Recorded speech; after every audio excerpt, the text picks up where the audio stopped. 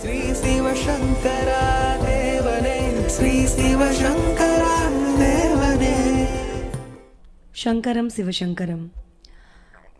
யானாகிய என்னை விழுங்கி வெறும் தானாய் நிலை நின்றது தற்பரமே என்று முருகப்பெருமானுக்குள் ஐக்கியமாக வேண்டும் என்று கந்தரனுபூதியில் யாசிக்கிறார் அருணகிரியார்.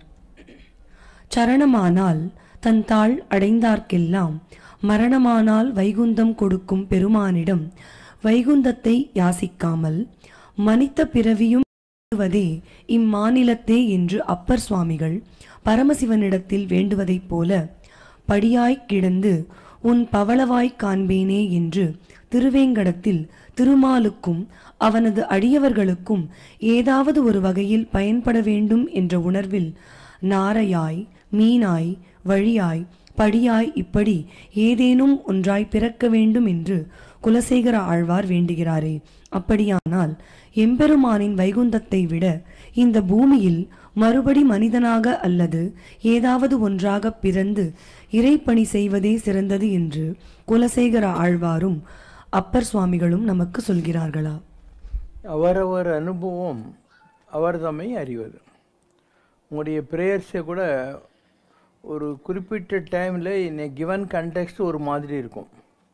த more you get enlightened, you get experience with the positive or onslaughts of this life, உன்னோட அந்த திங்கிங் பேட்டர்ன் கூட மாறுறதுக்கு நிறைய வழிமுறைகள் இருக்குது. இப்போது அருணகிரிநாதர் கதிர்காம முருகன்கிட்ட போகிறாரு. போயிட்டு இப்போ நார்மலாக சாமிக்கு நம்ம தானே இங்கேருந்து பூ பழம் தேங்காய் மாலெல்லாம் எடுத்துன்னு போய் சாமிக்கு கொடுப்போம்.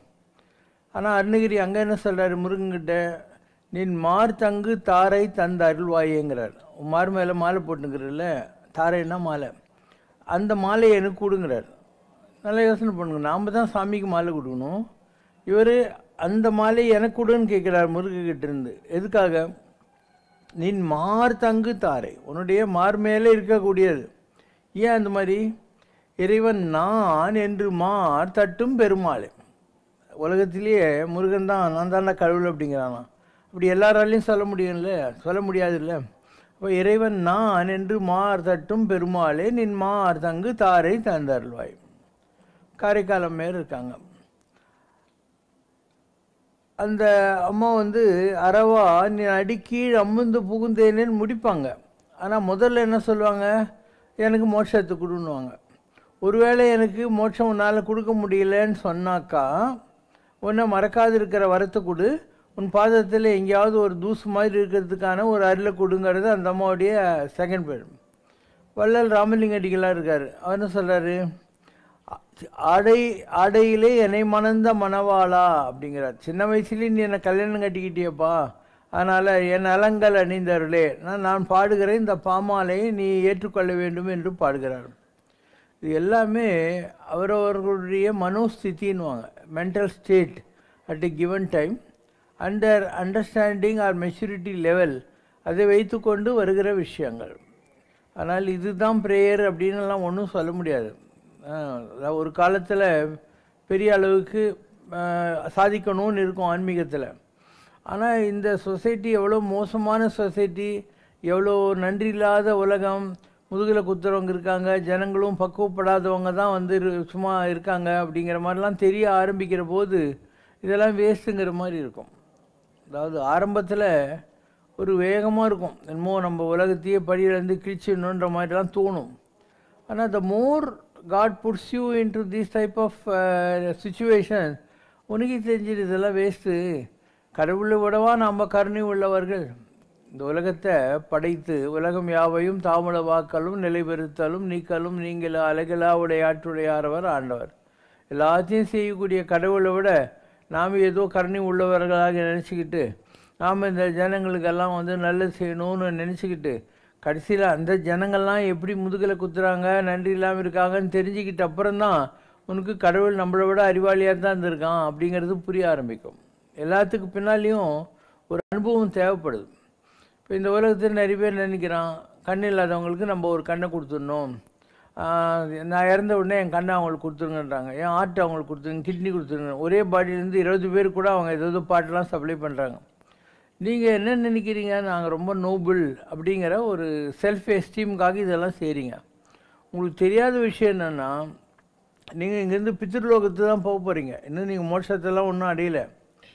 அங்கே போய் நீங்கள் எந்த பாட்டு இந்த உலகத்தில் வேணான்னு சொல்லிட்டு போனீங்களோ அதெல்லாம் இல்லாமல் தான் இருப்பீங்க. இப்போ உங்களை நீங்களே பனிஷ் பண்ணிக்கிறீங்க. So these things people don't understand. இங்கே நீ கண்ணு கொடுத்துட்டு போனால் அங்கேயும் கதை இல்லாமல் தான் இருப்பேன். பித்ரு உலகத்தில் இந்த உலகத்தில் இருக்கிற அதே டிஃபார்மிட்டியோடு தான் நீ அங்கெல்லாம் இருப்பேன். மக்களுக்கு ஆன்மீகம் வர வர தான், அருள் புரிய புரிய தான் நம்ம சும்மா இருந்தால் போகிறோன்னு இருக்கும். அப்போ அந்த நிலை வரப்போது நம்ம என்ன பண்ணுவோம், வேண்டத்தக்கது அறிவோய் நீ, வேண்ட முழுதும் தருவோய் நீ. எனக்கு என்ன வேணும் உனக்கு தான் தெரியும், எப்போ கொடுக்கணும் எவ்வளோ கொடுக்கணுங்கிறதும் உனக்கு தான் தெரியும் அப்படிங்கிற ஒரு மைண்ட் செட்டுக்கு வந்துடுவீங்க, ஒரு கன்க்ளூஷனுக்கு வந்துடுவீங்க. அது வரைக்கும் நமக்கு ஆர்ப்பாட்டமாக இருக்கும். ஒரு கல்யாண வீட்டுக்கு நீ போகிற, கல்யாண வீட்டில் டேபிள் சேர்லாம் டர்ரு புண்ணு இழுத்துன்னு பாத்திரமெல்லாம் சர்விங்காக கொண்டாந்து டெங்கு புங்குன்னு அடிச்சுக்கின்னு உக்காந்துருப்பான். அவன் அந்த டேபிளில் வந்து சேரில் உட்காந்த உடனே ஒரு மூலையில் கொஞ்சம் பாயசம் ஊற்றிட்டு இன்னும் பருப்பு காய் இதெல்லாம் வரிசையாக போட்டு எல்லாம் சாப்பிட ஆரம்பித்த உடனே சாம்பார் முடிஞ்சு, வத்த குழம்பு இல்லை மோர் குழம்பு முடிஞ்சு, ரசம் முடிஞ்சு, அந்த தயிர் சாதம் இல்லை பாயசம் ரெண்டில் ஏதோ ஒன்று வரும். லாஸ்ட்டில் வர்றபோது இந்த கலக் புலக் சவுண்டு தான் இருக்கும். மற்ற டங்கு டுங்கு ஆர்ப்பாட்டம் சாப்பாடெல்லாம் அடங்கிடும். அந்த மாதிரி இந்த உலகத்தில் நம்ம ஆரம்பிக்கிற போது ரொம்ப ஆர்ப்பாட்டமாக இருக்கும். ஆனால் அடங்கத்தான் நமக்கு எல்லாம் புரிய ஆரம்பிக்கும். அப்போது நக்கீரர் சொல்கிற மாதிரி, யாம் வேண்டுபவை பொன்னும் பொருளும் போகமும் அல்ல. எனக்கு பொண்ணு வேண்டாம், பொருள் வேண்டாம், இந்த உலகத்தில் இருக்கக்கூடிய லக்ஸுரிஸ் எல்லாம் வேண்டாம். யாம் வேண்டுபவை நீ அன்பும் அருளும் அரணுமேயாம் அப்படிங்க. கடவுளே உன்னுடைய அன்பை கொடு, தர்மமாக வாழ்கிற வாழ்க்கையை கொடு, உன் அன்பு அருள் அரண் இந்த மூணுத்தை எனக்கு கொடுத்தா போகிறோம் அப்படிங்கிற முறையில் முடிச்சிடுவாங்க. ஸோ இது மாதிரி நிறைய அனுபவங்கள் அவனவன் பக்தியில் பரிணாமத்தை தொடுகிற போது தான் புரிய ஆரம்பிக்கும். ஒரு ஆதிசங்கரர் இருக்கார். அவர் ஒரு சொம்பில் தண்ணி எடுத்துக்கிட்டு சிவனுக்கு அபிஷேகம் பண்ணலான்னு போகிறாரு. பார்த்தா சிவன் தலையிலேருந்து கங்கை கொட்டிக்கிட்டே இருக்குது. இவருக்கு ஷேம் ஆகிப்போகுது. நான் இவ்வளோண்டு சொம்பில் தண்ணி கொண்டாந்துருக்கேன், அதை பெரிய விஷயம்னு நினச்சேன். அங்கே வந்து பார்த்தா தான் தெரியும் உன் தலையில் நீ கங்கையே வச்சுருக்க, நான் என்ன ஒரு சொம்பில் உனக்கு அபிஷேகம் பண்ணிட முடியும். சரி, இந்த பூவெல்லாம் உனக்கு நான் அர்ச்சனை பண்ணலான்னு நினைக்கிறேன். இந்த உலகத்தில் இருக்கிற எந்த பூ இல்லை, எந்த பத்திரம், எந்த இலை நீ படைக்காதது, அதனால் அந்த ஐடியா விட்டேன். நான் டான்ஸ் ஆடலான்னு பார்க்குறேன், எதிரில் பாடினேன் ஓடினேன் பரவசமாக அப்படின்னு. உங்கள்கிட்ட ரொம்ப திலோத்தமாக ஊர்வசியலாங்கிறாங்க, அவங்கள விடவா நான் டான்ஸ் ஆடிடுவேன். அதனால் டெசிஸ் தட் ஐடியா ஆல்சோ. சரி, ஏதோ பாடலான்னு கொஞ்சம் யோசனை பண்ணுறேன். ஆனால் உங்கள்கிட்டயே நாரதர் கிம்புரு கிண்ணறர்கள்லாம் இருந்து ரொம்ப அழகாக பாடின்னு இருக்காங்க, நான் என்ன பாடுறது இப்படி நான் யோசனை பண்ண தான் நான் எவ்வளோ சின்ன ஆள், நீ எவ்வளோ பெரிய ஆளுங்கிறது எனக்கு புரியுது. The more I try to offer you something, I understand how small I am and how big you are. அதனால் எனக்கு ஒரே ஒரு ப்ரேயர் தான் இப்போ இருக்குது. இப்போ தானே எனக்கு புரிய ஆரம்பிச்சிருக்கு நீ எவ்வளோ பெரிய ஆளுன்னு. அந்த மாதிரி நீ இன்னும் எவ்வளோ பெரிய ஆளுங்கிறது எனக்கு புரிய வச்சுடுங்கிறார். Just make me understand how big you are and how small I am அப்படிங்கிறது தான் அல்டிமேட் ப்ரேயராக போய் அவரது முடிச்சிடும். இதே வந்து இவங்க அப்பா அருண் சார்லாம் பாடுவாங்க அந்த காலத்தில். அது ஒரு மாதிரி தமாஷ் தான், ஆனால் அது உண்மை தானே. அருண் சார் இருக்கிற போது பாடுவார், இந்த டைம் பாட்டு பாடுங்க. உன் டாக்டருக்கு நீ இன்னும் கற்றுக் கொடுக்கவே இல்லை. Family tradition should not be missed. ஏமி சேத்துராலிங்கா ஏமி சேத்துரா. நான் என்ன பண்ணுவேன் சிவபெருமானே, நான் என்ன பண்ண முடியும்? గంగ ఉదకము తెచ్చి నీకు లింగ పూజలు చేదమంటే గంగనున్న చేపకప్ప ఎంగిలంటూ నాది లింగా. நான் கங்கை ஜலத்தை கொண்டு உனக்கு அபிஷேகம் பண்ணணும்னு நினைக்கிறேன். ஆனால் கங்கையில் இந்த தவக்கலை மீனெல்லாம் ஆல்ரெடி 1 and 2 போயிடுச்சு. So how can I give that impure water of Ganga? ஏன்னா ஆல்ரெடி தவக்கலை மீன்லாம் 1 போய்க்குது 2 போய்க்குது. So I leave that idea of doing அபிஷேகம் டு யூ. అక్షయావుల పాడి తెచ్చి அரிப்பித்தமூ சேதமண்டே.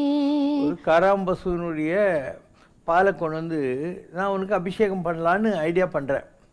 అక్షయావులలేగదూడా ఎంగిలంటూ నాదిలింగా. ஸோ அந்த பாலை கொண்டு வந்து அபிஷேகம் பண்ணலான்னு நினைக்கிறதுக்கு முன்னே பார்த்தா கண்ணுக்குட்டி எல்லாம் வந்து எச்ச பண்ணி வச்சுக்கிது அந்த பாலை. ஸோ கண்ணுக்குட்டி எச்ச பண்ண பாலை நான் எப்படி உனக்கு கொண்டாந்து அபிஷேகம் பண்ண முடியும்? So I leave that idea also. తుమ్మి పువ్వులు తెచ్చి నీకు తుష్టుగా పూచేదమంటే. தும்பை பூவை கொண்டு வந்து நான் உனக்கு அலங்கார அபிஷேகங்களை செய்யணும்னு நினைக்கிறேன். కొమ్మ కొమ్మకు కోటి తుమ్మెదా. ஒவ்வொரு கொம்புக்கும் தாவி தாவி இந்த பூச்சி இருக்குது இல்லையா, விட்டில் தும்பி இதெல்லாம் வந்து நேஸ்டி பண்ணி வச்சிருக்குது அந்த பூவெல்லாம். மகானுபாவா. அதனாலேயே மகானுபாவனே மாதேவ சம்போ. மகாதேவ சம்போ. மாலிங்கமூர்த்தி. மகாலிங்கமூர்த்தி. ఏమి చేతురాలింగా ఏమి చేతురా. நான் என்ன பண்ணுவேன் சிவபெருமானே, நான் என்ன பண்ணுவேன்னு இந்த பாட்டுக்கு அர்த்தம். இப்போ நீ திங்க் பண்ணு காமா, இந்த ரெண்டு பாட்டும் மீனிங்ஃபுல்லாக இருக்கா? அப்போ நம்ம என்னத்தை பூஜை பண்ணிட முடியும் சாமிக்கு? கிருஷ்ணர் குழந்தை இல்லாமல் இருந்தது, அதனால் பூஜை பண்ணலான்னு நினச்சின்னு போகிறாராம். அந்த காட்டில் இருக்கிற எல்லா பூவும் எல்லாமே வந்து பொல்யூட் ஆகிருக்குதான் ஏற்கனவே. சரி, யார் இவ்வளோ பூவையும் பூஜை பண்ணியிருக்காங்கன்ற போது அதெல்லாம் ஒன்றும் இல்லை, பீமன் இருக்கானே அவன் காட்டில் நடந்து போகிற போது இந்த பூவெல்லாம் சிவனுக்கு, இதெல்லாம் சிவனுக்கு அப்படின்னு வாயில் சொல்லிட்டு போயின்னே இருப்பான். அவன் வாயில் வடை சொல்கிறது அதெல்லாம் சிவனுக்கு போய் சேர்ந்துட்டான். அதனால் கிருஷ்ணருக்கு பூவே கிடைக்கலையாம். காட்டில் எல்லாமே ஏற்கனவே பூஜை ஆயிடுச்சு சிவனுக்குங்கிற மாதிரி சொல்கிறாங்க. அதனால் இதெல்லாம் ஒவ்வொரு கண்டெக்ஸ்டில் ஒவ்வொரு விதமாக பக்தியினுடைய டைமென்ஷன்ஸை நமக்கு புரிய வைக்கிறதுக்கான விஷயங்கள். அதனால் ஆதிசங்கரர் ஒன்றே ஒன்று சொல்கிறார், அதாவது நான் நினைக்க தான் நீ எவ்வளோ பெரிய ஆள்னு எனக்கு புரியுது. அதனால் இந்த புரிதல் எங்கேருந்து வருது? எங்கிட்டிருந்து தான் வருது. I understand this ultimate heights of you only from my own system. அதனால் என்னையே எனக்கு கொடுங்கிறார். I have lost my self in this worldly maya. அதனால் என்னை எனக்கு திருப்பி கொடு, அப்போ நான் உன்னை பிடிச்சிருவேன் எப்படியாவது அப்படின்னு அர்த்தம். ஸோ ஆன்மீகம் என்பது உன்னுடைய உணர்வு, அவ்வளோதான். கண்ணப்ப நாயனார் தான் டேஸ்ட் பண்ணினா மாம்சத்தை கொண்டு போய் சிவனுக்கு வைக்கிறாரு. தன் வாயில் கொண்டு போய் தண்ணியை சிவன் தலையில் துப்பிட்டு தான் அபிஷேகன்றாரு. சிவனுக்கு நைட்டெல்லாம் காவல் காக்கணும்னு அம்பு வில்லை வச்சுக்கிட்டு லெஃப்ட் ரைட் போட்டுன்னு சுற்றின்னு இருக்கிறாரு. ஐயரு அவர் ரொம்ப மடியாக ஆச்சாரமும் பூஜை பண்ணின்னு இருக்காரு. இது அவருடைய பாவம், இது தத்பாவம். அதுக்கடுத்து நீங்கள் எந்த ஒரு பக்தனை பார்த்துனே வா, அதில் விதவிதமான பக்தி செய்தவங்கலாம் இருக்காங்க. கபாலிக மார்க்கம்னு ஒன்று இருந்தது, அதில் வந்து பிள்ளைக்கறி செஞ்சு சிவனை ப்ளீஸ் பண்ணவங்க இருக்காங்க. கடவுள் வந்து பிள்ளையை மீட்டு கொடுத்துருவார், அது வேறு விஷயம். பண்ணாங்களா இல்லையா? தீண்டினால் தீண்டியில் கண்டம்னு சொல்லிட்டு தன்னுடைய மனைவியே தொடாமல் இருக்கான். ஏன்னா அந்த பொண்டாட்டி சொல்லிட்டா, சிவன் மேலே ஆனன் என்னை தொடாதரான்ட்டு. சிவாஜி சினிமாவில் கூட இந்த பாட்டு ஒன்று வரும், நிலவை பார்த்து வானம் சொன்னது என்னை தொடாதே. நிலவை பார்த்து வானம் சொன்னது என்னை தொடாதே, நிழலை பார்த்து பூமி சொன்னது என்னை தொடாதே. நிலவை பார்த்து வானம் சொன்னது என்னை தொடாதே, நிழலை பார்த்து பூமி சொன்னது என்னை தொடாதே. நதியை பார்த்து நாடல் சொன்னது என்னை தொடாதே, நாளை பார்த்து இரவு சொன்னது என்னை தொடாதே. ராமராஜ்யத்திற்கு வந்த விழுப்புரம் சுவாமிகள் தினமும் ஒரு இட்லியை மட்டும் சாப்பிட்டுவிட்டு ஒவ்வொரு நாளும் திருவண்ணாமலையில் மலை சுத்துவதாக தெரிவித்திருக்கிறீர்கள். தாங்கள் கூட தங்களது 37 ஆண்டுகால தவ வாழ்வில் உணவுக்கு அவ்வளவாக முக்கியத்துவம் கொடுத்ததாக தெரியவில்லை. ஆனால் ராமகிருஷ்ண பரமஹம்சர் தனது ஆத்ம தெய்வமான மகாகாளியையே மறந்துவிட்டு பரம அத்வைதத்திற்கு வந்த ஒரு உயர்நிலை ஆத்ம ஞானிதானே. அவ்வாறு பற்றனைத்தையும் துறந்த ராமகிருஷ்ண பரமஹம்சருக்கு இறுதி வரை உணவின் மீது மட்டும் தீராத பற்று இருந்ததே. அதன் காரணம் என்ன? ஒவ்வொருத்தரும் அவங்களுடைய தவத்தில் தியானம் ரொம்ப மேலே போகிற போது தங்கள் உணர்வை இழந்து விடுவார்கள்.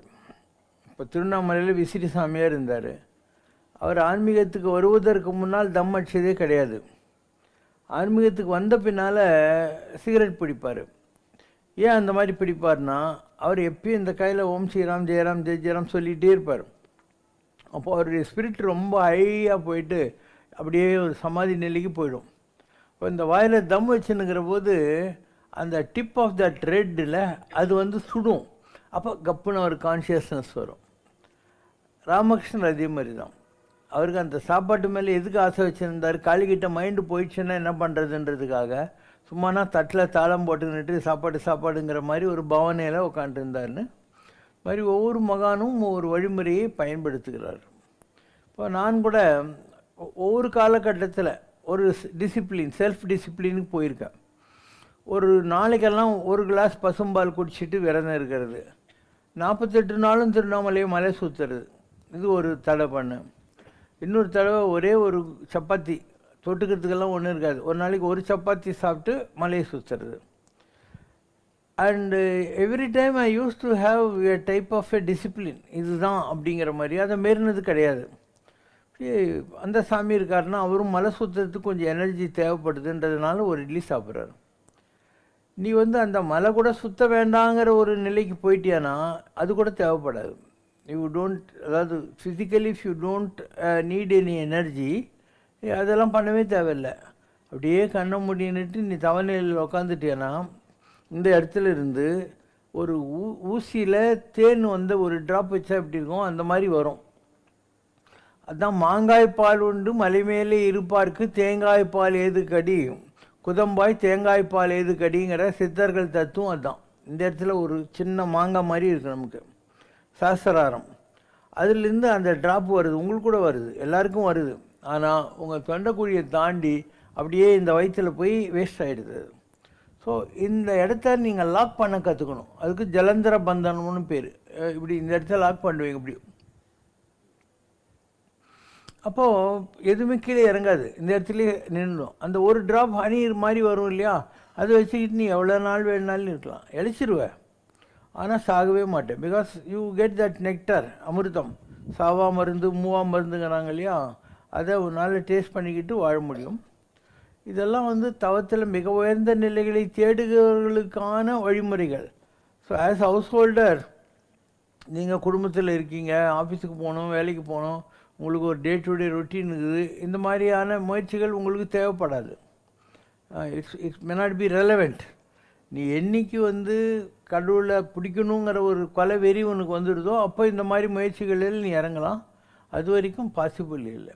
இது வேறு லெவல், அது வேறு இருவேறு உலகத்து இயற்கை. அதனால் இந்த உலகத்துக்கு தேவை துட்டு, அந்த உலகத்துக்கு தேவை தெல்லியராதல், ஞானி ஆகிறதுக்கு. அப்போ ஞானி ஆகணும்னா அந்த ரூட்டு. இப்போ நாங்கள்லாம் அந்த காலத்தில் கடவுளை முழு நேரம் தேடிக்கொண்டிருந்தோம். அதனால் இந்த மாதிரி முயற்சிகள், விபரீத முயற்சிகள்லாம் இறங்கணும். நான் சோறு தண்ணியே இல்லாமல் இருப்பேன். மகேந்திரி காட்டில் போய் அப்படியே உட்காந்துன்னு இருப்பேன். என் பக்கத்துலேயே கரடி போகும், கண்ணை முடியும் தியானம் பண்ணுறபோது பாம்பு செஸ்ட் மேலே உட்காரும். இதெல்லாம் ஒரு காலம், 1985 to 88 ஒரு காலம் அது. And now I don't need all these things. என்னால் படுத்துக்கிட்டே தியானம் பண்ண முடியும், உட்காந்து தியானம் பண்ண முடியும். உங்கள்கிட்ட லெக்சர் கொடுத்துருந்தா கூட எனக்கு உள்ளுக்குள்ளே தியானம் ஓடிக்கிட்டே இருக்குது. மூச்சுலேயே மந்திரங்கள்லாம் கலந்துரும். ஒரு லெவலுக்கு மேலே மூச்சு காற்றுலேயே சுவாச நிஸ்வாசம் பண்ணுறோம், அதுலேயே மந்திரங்க ஓடிட்டுருக்கோம். ஸோ சீஸ்லெஸ்னுவாங்க, தைலத்தாரா அப்படின்வாங்க. தண்ணிக்குது, அது கொட்டினா இப்படி இப்படி சதுரும். எண்ணெயை கொட்டினா எண்ணெய்க்கு தைலம்னு பேர்.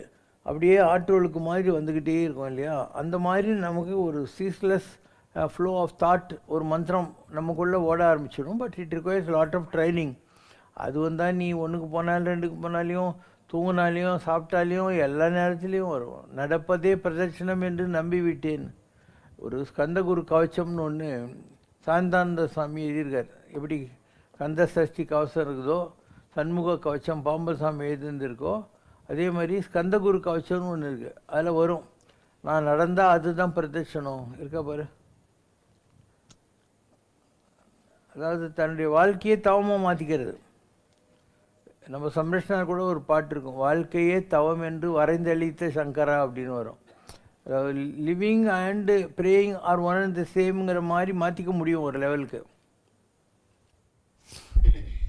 Question from Ravishankar கல்யாணகிருஷ்ணன். நான் நீங்கள் செய்யும் நித்திய யாகம் பல ஆண்டுகளுக்கு முன்னர் யூடியூப் மூலம் கண்டதுண்டு. பாமர மக்கள் நாங்கள் இது போன்ற நித்திய யாகம் செய்யலாமா? அப்படி என்றால் எப்படி செய்வது? இஷ்ட தெய்வத்திற்கு எப்படி எளிய முறையில் செய்வது? தயவு செய்து விளக்குங்கள். உங்களுடைய குலாச்சாரத்துப்படி உங்களுக்கு இந்த அக்னிஹோத்திரம் இருந்தால் நீங்கள் செய்யலாம்.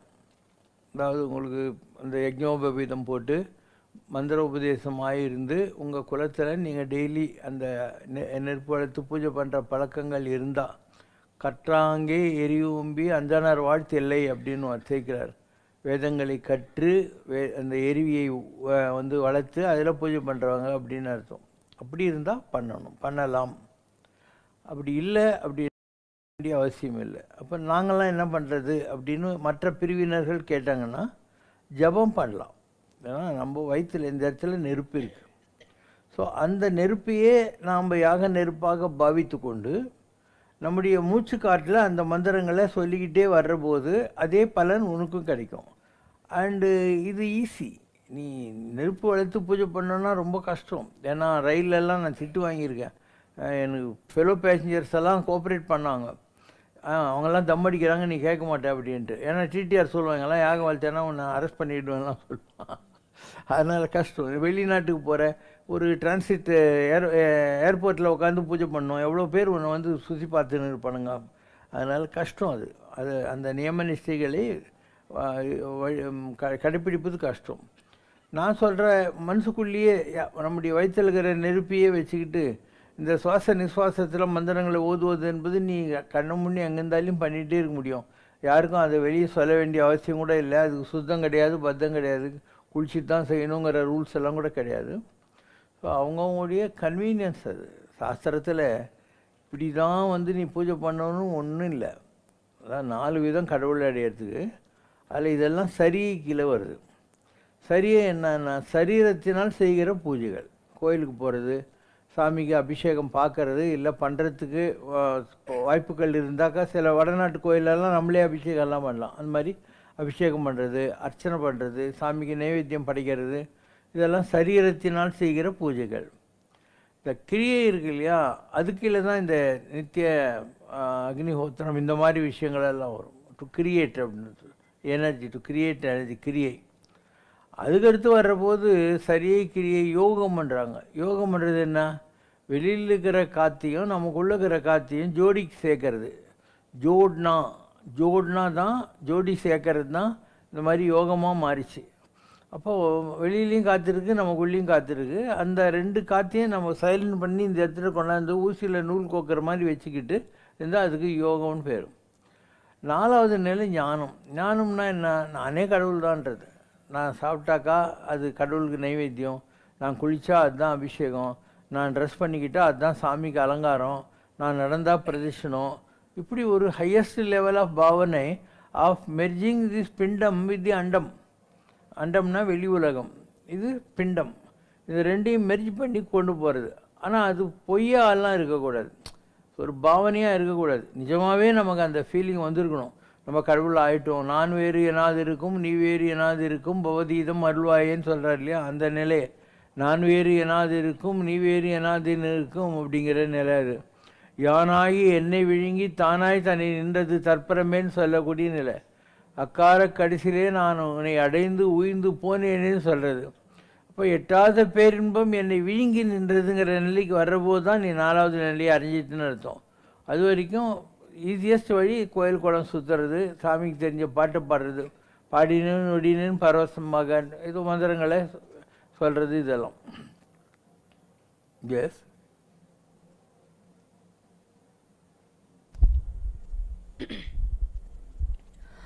தங்களிடம் இருக்கும் சிவ தத்துவம் என்பது திருவண்ணாமலை மூலஸ்தானத்தில் என்ன எனர்ஜி இருக்கிறதோ அதைத்தான் யோகி ராம் சுரத்குமார் சுவாமி தனது திருவோட்டின் ரசசாதம் மூலம் தங்களுக்கு டிரான்ஸ்ஃபர் செய்தார் என்றும், தங்களிடம் இருக்கும் திருப்பதி வெங்கடாச்சலபதியின் யோகி தத்துவம் திருப்பதி மூலஸ்தானத்தில் இருக்கிற கொங்கண சித்தருடையது என்றும் தாங்கள் பல அருளுரைகளில் தெரிவித்திருக்கிறீர்கள். எங்களுடைய கேள்விகள்: அண்ணாமலையாருடைய சிவயோகம் ஒரு சித்தராக இல்லாமல் யோகியாக மட்டுமே இருந்த ராம் சுரத்குமார் சுவாமிகள் மூலமாக எவ்வாறு தங்களுக்கு டிரான்ஸ்பர் ஆனது?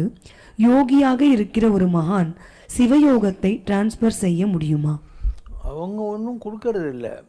நத்தவத்தோர் உள்ளிருந்து ஓங்கும் நமச்சிவாயம் யோகி ஹிருத் பத்ம வாசினே நம்மக்கிட்ட இருக்கும். இந்த கொஞ்சம் முன்னே ஒரு சித்தர் சொன்னீங்க, ஒரு இட்லி சாப்பிட்ற சித்தர். அவர் என்ன சொன்னார்? சிவசங்கர் பாபா தான் சேஷாதிரி சுவாமிகள் அப்படிங்கிறாரு. சேஷாதிரி சுவாமி யார்? காஞ்சிபுரத்துலேருந்து போய் திருவண்ணாமலையிலேயே இருந்து அந்த ஜோதி ஆகாசத்தில் போனது பார்த்தவங்க இருக்காங்கன்னு சொல்லக்கூடிய உயர்ந்த நிலை அடைஞ்சவர். அப்போ சிவசங்கர் பாபா திருவண்ணாமலையில் போய் தவம் செய்கிற காலத்தில் இதுக்கு முன்பிரிவினுடைய வாசனாதிகள்னு சொல்கிறோம் இல்லையா, ஜனவரி மாதம் 20ஆம் தேதி 1984 சண்முக சிகாமணின்னு ஒரு இந்து சமய அறநிலையத்துறை செயலாளர் காரை போட்டுன்னு எங்கள் வீட்டுக்கு வந்தார். வந்து வாங்க திருவண்ணாமலைக்கு போகலாம் அப்படின்னு காரில் ஏற்றின்னு கூட்டின்னு போனார். அன்றைக்கி என்ன, யோகிராம் இந்த சேஷாதிரி சுவாமிகளுடைய அதிஷ்டானம்னுவாங்க, அவர் இருக்கிற சமாதி கோயில் இல்லையா, அங்கே ஏதோ ஒரு திறப்பு விழா பூஜை. அப்போ அது எப்படி நடக்குது? என்னையும் கூட்டின்னு போகிறாங்க, எனக்கு அதுக்கு சம்மந்தம் இருக்குது இல்லையா, அதனால தானே என்னை கூட்டின்னு போகிறாங்க. அன்றைக்கி போனேன் நான். அதுதான் ஃபஸ்ட் டைம் நான் திருவண்ணாமலை போனது. அதுக்கப்புறம் விசிறி சாமியார்கிட்ட போகிறோம், அப்புறம் ரெகுலராக போகிறோம் வரோம், அதெல்லாம் நடக்குது. அப்போது ஒரு பவருங்கிறது என்னென்னா, யார் யாரெல்லாம் சேர்த்து வச்சுருக்காங்களோ எல்லாருக்கும் இந்த மாதிரி நடக்கும்னு நான் சொல்லலை. எங்களை மாதிரி இப்போ சிவசங்கர் பாபா யாருன்னா ஒரு தெய்வீக அவியல். அதாவது வெண்டைக்காய்ன்றது போட்டு பண்ணால் நீ வத்த குழம்பு பண்ணலாம், பொரியல் பண்ணலாம், வெண்டைக்காய் சாம்பார் பண்ணலாம். அவியல் பண்ணணுன்னா அதில் எல்லா காயும் இருக்கும். அது மாதிரி சிவசங்கர் பாபா ஒரு அவியல். இதில் விதவிதமான எனர்ஜிஸு எங்கிட்ட ஒவ்வொரு காலகட்டத்தில் வந்துச்சு. அந்த மாதிரி அதே ராம் சுரத்குமார் சாமி நீ புட்டபர்த்திக்கு போ, நீ இஸ் வெயிட்டிங் டு கிவ் யூன்னு சொல்லி அனுப்பிச்சாரா இல்லையா? அப்போது அவர் கொடுக்குறதுன்ற மாதிரி இருந்தது. அவரையே நீ அங்கே போய் வாங்கினுவா முதல்லன்னு அவரே சொல்கிறார். அதுக்கப்புறம் நான் 48 நாள் விரதம் இருந்து அண்ணாமலையார் கோகுல தரிசனம் பார்க்கணுன்ற போது தானே அவர் என்னை கோயிலுக்குள்ளே கூட்டின்னு போய் எதிரில் உட்கார வச்சு அவருடைய ரசம் சாதத்தை சாப்பிட சொல்லி கை கழுவி கொடுத்தாரு. அப்போ அவரது கிடைக்கணும்னு இருந்தது, சத்யசா இது கிடைக்கணும்னு இருந்தது, கோடிசாமி இது கிடைக்கணும்னு இருந்தது. இப்படி எவ்வளோ மகான், கிருஷ்ணவேணி அம்மா இது கிடைக்கணும்னு இருந்தது, மாயம்மா இது கிடைக்கணும்னு இருந்தது. அப்போ எவ்வளோ மகான்கள், அத்தனை பேருடைய பவரும் ஒவ்வொன்றா எனக்கு கிடைக்கிற மாதிரியான ஒரு நிலையை கடவுள் கொடுத்தாரு. இதுக்கு என்ன பேர்? பூரண பிரம்மம்னு அர்த்தம். பூர்ணத்துவம் வாய்ந்த இந்த உலகத்தில் பிரம்ம தத்துவத்தை அறிந்த ஞானிகள் எல்லாருமே ஒரே உடம்புக்குள்ளே வர்றதுன்னு அர்த்தம். பிரம்மஞானின்னா அதுதான், பிரம்மத்தை உணர்தலும் இந்த பிரம்ம தத்துவத்தில் பிரம்மஞானிகளாக ஆனவர்கள் ஒரே கூட்டுக்குள்ளே வர்றதும் இல்லையா, அதுதான் அவியல்னு சொல்கிறது. இது ஒவ்வொரு விதமான அனுபவங்கள் வரும். இப்போ நான் வள்ளிமலைக்கு போனேன், அங்கேயும் நான் தனியாக இருந்தேன். அங்கேயும் போகிறோம், சேஷாதிரி சாமிகள் அங்கே இருந்தாருன்றோம். அதே மாதிரி 42 கண்ணதாசன் சாலையில் ரங்கராஜன் ஐயங்கார்னு ஒரு கண்ணு தெரியாத ஐயங்கார் இருந்தார். அவருக்கு எத்தனையோ பிறந்த நாள்னு என்னை கூப்பிட்டாங்க. நான் தான் வரணும், அவர் எங்கிட்ட வரக்கூடாது, வயசானவர். நான் போனேன். திருப்பதி லட்டு கொஞ்சம் அவருக்கு ஊட்டி விட்டுட்டு அவரை தொட்டுட்டு நீங்கள் முதலியாண்டானை வச்சு எழுதுங்களேன்னு சொல்லிட்டு நான் பாட்டிக்கு வந்துட்டேன். அப்போ அவர் சிஷ்யங்கக்கிட்ட சொல்கிறார், இந்த எக்மோர் பெனிஃபிட் ஃபண்ட் மணிமொழியார்கிட்ட வந்துட்டு போனார். அவர் யார் தெரியுமா? அவர் என்னை தொட்டார். அப்போ அம்பாள் சொல்லிட்டா அவர் தான் சேஷாதிரி சுவாமிகள் அப்படிங்கிறார். அப்போது அந்த அனுபவங்கள் தொடர்ந்து வர்றபோது நமக்கும் கன்ஃபார்ம் ஆகும். இப்போ சேஷாதிரி சுவாமிகள்னு அவர் சொல்கிறாரு, சேஷாதிரி சுவாமி ஆசிரமத்துக்கு இங்கே நம்ம போகிறோம். இப்போ ரீசெண்டாக திருவண்ணாமலையிலேருந்து அந்த ஒரு வாழைப்பழம் சாப்பிட்ற, ஒரு இட்லி சாப்பிட்ற சித்தர்னு சொன்னார். சிவசங்கர் பாபா சேஷாதிரி படி சுவாமிகள்ன்றாரு. ஒரே விஷயம் நிறைய பேர் சொன்னால் தான் அது உனக்கு இன்னும் கன்ஃபார்ம் ஆகினே போகும். சேஷாத்ரி சுவாமி உள்ளுக்குள்ளே இருந்து அருளாட்சி செய்கிறார். அவரோட மறு அவதாரமாகவும் இருக்கிறீங்க. உங்களை உள்ள இருந்து அவர் அருளாட்சி செய்கிறார். கோயில்ல பெருமாளை பார்க்கும்போது கூடவே சேஷாத்ரி சாமியையும் பார்த்தேன். அண்ணாமலையாரோட உத்தரவுப்படி வந்த தகவலை உங்ககிட்ட பேச வந்திருக்கேன். உங்ககிட்ட அண்ணாமலையார் உள்ளத்துல ஜோதி வடிவமா இருக்கிறார். அவரோட ஆத்மா உங்ககிட்ட இருக்கு. குண்டலினி என்ற மூலப்பொருள் எழுந்து ஞான ரூபமாக காட்சி தருது. நான் வந்தவுடனே அதை பார்த்து வணங்கிட்டேன். நான் எந்த ஊருக்கும் போறதில்ல. திருவண்ணாமலை கிரிவலம் அப்படியே இருக்கேன். காலையில 5 மணிக்கு வெளியே வரும்போது முருகன் வேலோட வந்து என்னை தடுத்து திருவண்ணாமலைக்கு போக விடல. ராத்திரியில அப்பா சிவபெருமான் ஒரு இடம் போகணும், காத்திரு அப்படின்னு சொன்னார். காலையில இந்த தம்பி வந்து என்னை உங்களை பார்க்க கூட்டிட்டு போறேன்னு சொன்னப்போ அண்ணாமலையாரோட உத்தரவுன்னு இங்க வந்திருக்கேன். சாமி குட்டி, அழுக்கில்லாத அண்ணாமலையாரோட தீபம் உங்களுக்குள்ள எரிஞ்சுக்கிட்டு இருக்குது. சேஷாத்ரி சுவாமியோட மறு அவதாரம். சட்டையை கழட்டி போடு. எல்லோரையும் கரையேத்திட்ட, நீயும் கரையேறணும், அவ்வளவுதான். இந்த பிறவியில ஆத்மா முக்தி அடைய போகுது. நிறைய நல்லது பண்ணிட்ட. ஏழைகளுக்கு நிறைய நல்லது செஞ்சிருக்க. உன்னை தேடி வர்றவங்களுக்கு எல்லாம் நிறைய அருள் செஞ்சிருக்க. படிப்பு கொடுத்திருக்க. ரொம்ப நல்ல நிலை, பெரிய நிலை. காசுக்கு ஆசைப்பட்டதில்லை, பொய் பேசுவதில்லை, ஒருத்தரை இழிவுபடுத்தினதில்லை. ஏழ்மையிலிருந்து உழைப்பால உயர்ந்து வந்திருக்க. தன்னையே அறிந்து பெரிய நிலையில இருக்க, சிகரம் போல. இது முக்தி பிறவி. தனிப்பெரும் ஜோதி, அருட்பெரும் கருணை, தனிப்பெரும் ஜோதி நீ. போன பிறவியில எந்த பாவமும் இல்ல. இந்த பிறவியில முக்தி அடையும் நிலை. ஆத்மா உள்ளத்தில் ஒடுங்க போகும் நல்ல நிலை. ஏதோ கர்ம வினைன்னு கொஞ்சம் இருக்கு, அதை எடுக்க சொல்லி என்னை அனுப்பினாங்க.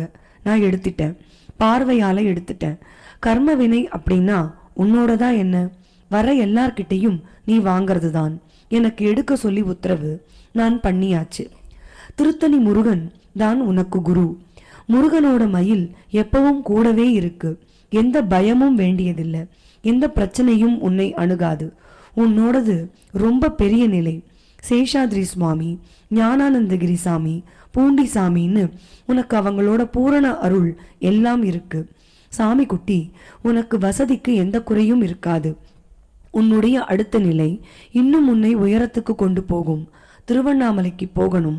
அண்ணாமலையார் உன்னை திருவண்ணாமலைக்கு கூப்பிடுறார். திருவண்ணாமலையில ஜோதியில் உங்க ஆத்மா கலந்துடும். திருவண்ணாமலையில உங்களுக்குன்னு இடம் இருக்கு. திருவண்ணாமலையில் முருகனுக்கு ஒரு இடம் அமைச்சு முருகன் உங்களை வச்சு பெரிய அருளாட்சி பண்ண போறார். சேஷாத்ரி சாமி போல உங்க நிலை வரும். முருகனுக்கு 21 அடியில் சிலை, 12 அடியில் வேல், வெள்ளியில சேவல் மயில், இதெல்லாம் செய்யற மாதிரி வரும். திருவண்ணாமலைக்கு வரணும். அண்ணாமலையாரோட ஜோதியில தான் உன்னோட ஆத்மா ஒடுங்கும். சூரியன், அக்னி எல்லாம் ஒண்ணுதான். என்கிட்ட இருக்கிறதெல்லாம் உனக்கு கொடுக்க சொல்லி உத்தரவு. எல்லாம் கொடுத்தாச்சு. நிறைய ஆயுள் இருக்கு. 140 வயது ஆயுள் இருக்கு. உன் உடம்புக்கு ஒன்றும் வராது. அவர்கிட்ட இருக்கிறது கூட எனக்கு கொடுக்க சொல்லி உத்தரவாச்சுன்னு. அவர் பாவம் எவ்வளோ கஷ்டப்பட்டு ஒரு இட்லி சாப்பிட்டு மலை சுற்றினுங்கிறார் டெய்லி. அவர் சேர்த்து அதில் கூட எனக்கு கொடுக்க சொன்னாங்க. அதுதான் இந்த கேள்விக்கான பதில். தகுதி உடையவன் எவனும் அவனுக்கு எல்லாம் கொடுக்கப்படும். உன்கிட்ட அந்த மெரிட் இருந்தால் எல்லார்கிட்ட இருந்து உங்கள்கிட்ட கொண்டாந்து ஒன்றா சேர்ப்பாங்க. அதான் அவியலுங்கிற வார்த்தை. சிவபிரபாகர சித்தியோகி சொன்ன வார்த்தை அதுதான்.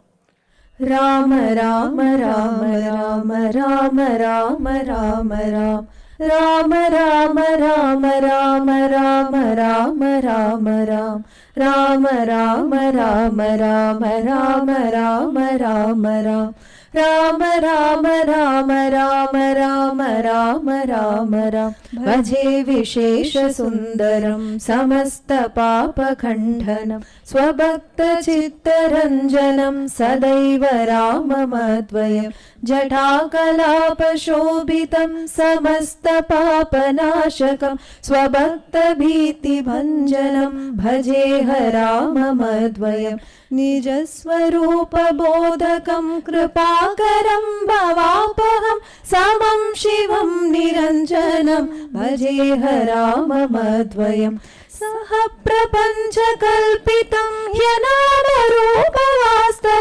निराकृतिं निरामयं भजेह राममद्वयं निष्प्रपञ्च निर्विकल्प निर्मलं निरामयं चिदेकरूपसन्ततं भजेह राममद्वयम् भवाप्तिपोतरूपकं ह्यशेषदेहकल्पितं गुणाकरं कृपाकरं भजेह राममद्वयम् महावाक्यबोधकैर्विराजमानवाक्पदै परब्रह्मव्यापकं भजेह राममद्वयम् குறை ஒன்றுமில்லை மறைமூர்த்தி கண்ணா, குறை ஒன்றும் இல்லை கண்ணா,